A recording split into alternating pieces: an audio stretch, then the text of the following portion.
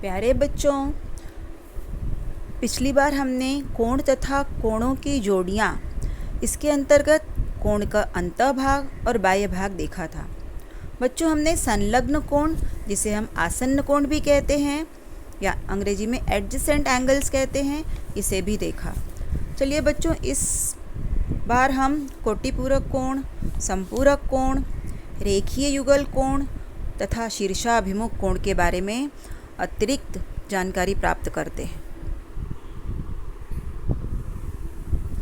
बच्चों, आप चित्र देख सकते हैं। इस आकृति में कोटिपूरक कोण बनाया गया है, जिसे हम अंग्रेजी में कॉम्प्लीमेंट्री एंगल भी कहते हैं। बच्चों, यहाँ पर समकोण PQR बनाकर उसके अंतःभाग में बिंदु S लेंगे। अब हम किरण QS खींचेंगे।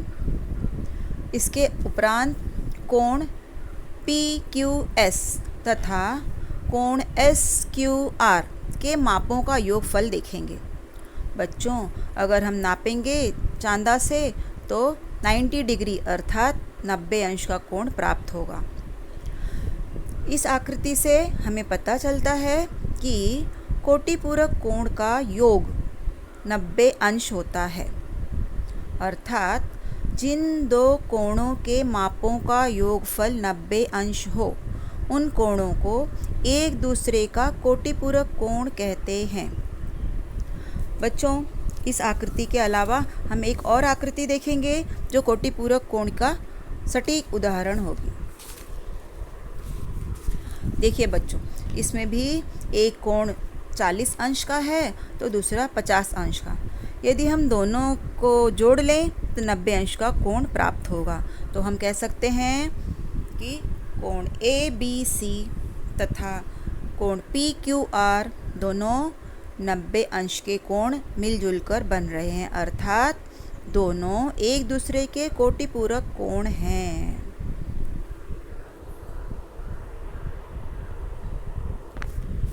संलग्न आकृति देखिए बच्चों, ये संपूरक कोण की है, जिसे हम अंग्रेजी में सप्लीमेंट्री एंगल भी कहते हैं।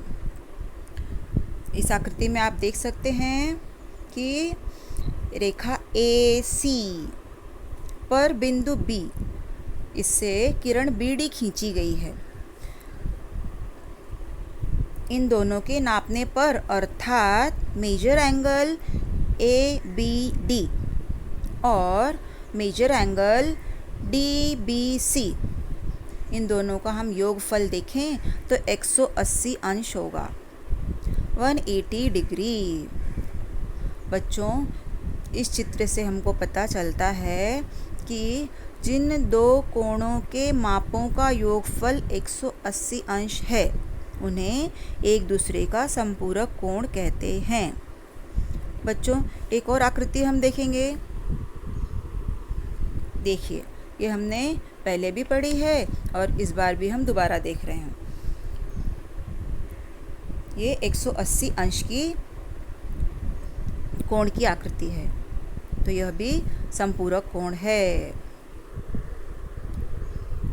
चलिए बच्चों, रेखीय युगल कोण के बारे में थोड़ी जानकारी प्राप्त करते हैं, जिसे अंग्रेजी में एंगल्स ऑफ लीनियर पेयर कहते हैं।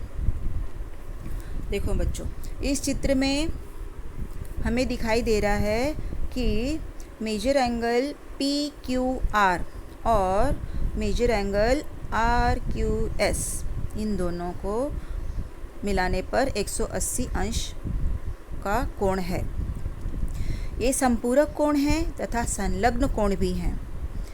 इनकी जो भुजाएं सामान्य भुजा नहीं है, वे विपरीत किरणें हैं, अर्थात इन भुजाओं से एक रेखा बनती है। इन दोनों को रेखीय युगल कोण कहते हैं। रेखीय युगल कोण के मापों का योग 180 अंश होता है। बच्चों, तात्पर्य ये है कि जिन दो कोणों की एक भुजा समान हो तथा असामान्य भुजाएं एक रेखीय हों, ऐसे कोणों को रेखीय युगल कोण कहते हैं। ये कोण परस्पर में संपूरक कोण भी होते हैं। तो बच्चों, ये रेखीय युगल कोण की एक एग्जाम्पल था। बच्चों इसमें आप देख सकते हैं किरण QP तथा किरण QS, ये जो है ये परस्पर विपरीत किरणें भी हैं। चलिए बच्चों देखते हैं शीर्षाभिमुख कोण कैसे पहचानते हैं और कैसे बनाते हैं।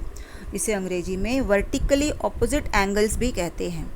बच्चों संलग्न आकृति में आप देख सकते हैं रेखा PT तथा रेखा RS परस्पर बिंदु Q पर प्रतिच्छेदित करती हैं, इंटरसेक्ट करती हैं अर्थात। इस प्रकार 4 कोण बनते हैं। कोण PQR यह किरण QP तथा किरण QR से तैयार हुआ है। किरण QP तथा किरण QR की विपरीत किरणें क्रमशः किरण QT तथा किरण QS हैं। इस विपरीत किरणों से कोण SQT बना है। बच्चों आप चित्र में देख सकते हैं। अतः कोण SQT तथा कोण PQR शीर्षाभिमुख कोण हैं। इसका अर्थ समझ में आया बच्चों? चलिए थोड़ा परिभाषित करते हैं। जिन 2 किरणों से कोई कोण तैयार होता है उसकी विपरीत किरणों से तैयार हुआ कोण पहले कोण का शीर्षाभिमुख कोण होता है। जो सिंगल सर्कल हैं वो आपस में शीर्षाभिमुख हैं और जो डबल सर्कल्स हैं वो आपस में शीर्षाभिमुख कोण की पहचान है। तो बच्चों इसके बारे में हम और जानकारी प्राप्त करेंगे अपनी पाठ्य पुस्तक के माध्यम से। आप इसे बनाइएगा और समझने की कोशिश कीजिएगा।